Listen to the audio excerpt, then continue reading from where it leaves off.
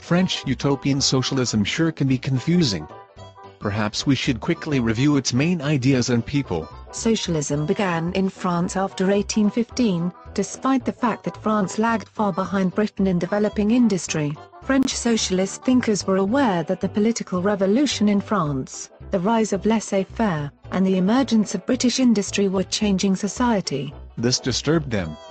They felt it caused selfish individualism and split the community into isolated fragments. Early French socialists believed in economic planning. This was no doubt inspired by the emergency economic measures taken during the revolution in 1793 and 4. Right.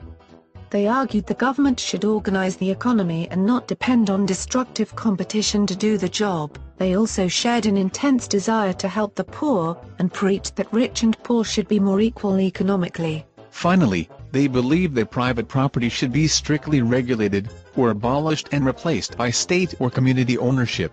These were the key ideas of early French socialism. Now, perhaps we should discuss some of the people involved in it.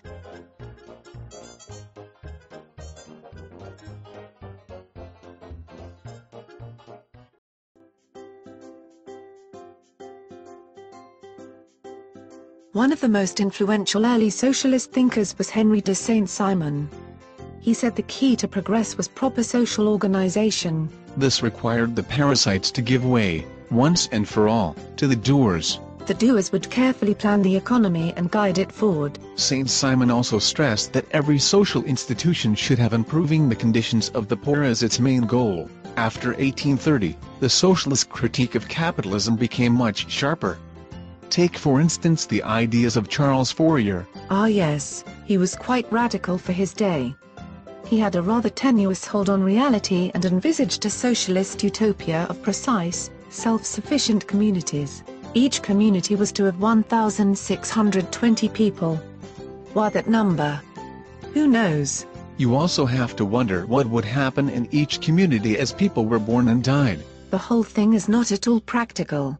On top of this, Fourier was also an early proponent of the total emancipation of women. He saw marriage as just another form of prostitution and urged that it be abolished. Wow, no wonder so many people viewed him as a dangerous revolutionary.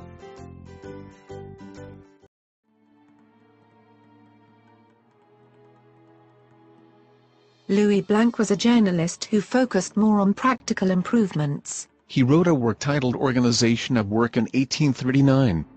In this, he urged workers to push for universal voting rights and to take control of the state peacefully.